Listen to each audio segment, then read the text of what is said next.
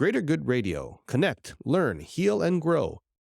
I've done a lot of things. While I was playing in the professional football, after that year that you're talking about, I owned my own business. I sold satellite televisions, dishes to private homes. I put in probably the first dishes in a private home in Atlanta, Georgia, and I invested all the money I had. I was only making $25,000 a year playing quarterback for the Atlanta Falcons at that time.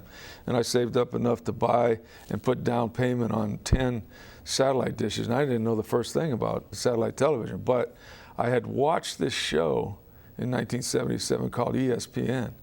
And I had seen it because Ted Turner was big in Atlanta. He had just started Channel 17, which now is CNN and everybody else, WTBS.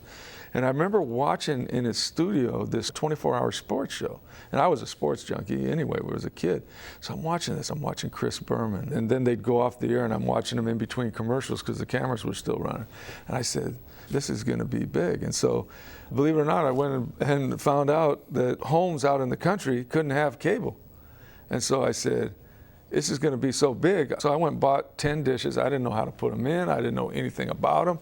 I think I bought them, the whole package, for like $2,100, and I sold them from anywhere from $12,000 to $20,000.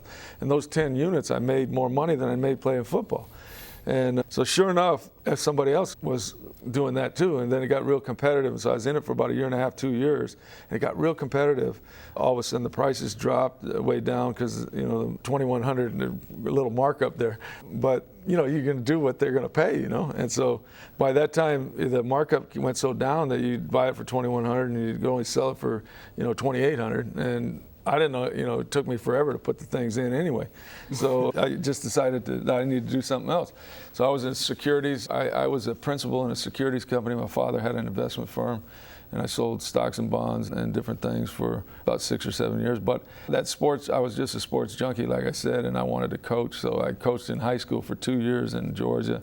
And then I called Dick Tomey, Jerry Glanville. You asked me about the two coaches. The two coaches that influenced me the most are Jerry Glanville and Mouse Davis, who were on my staff the last 2 years. And I hired them, and they now were working for me.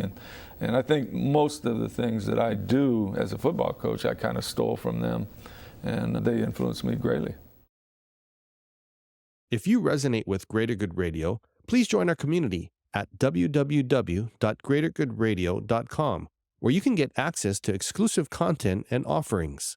Hope to see you soon.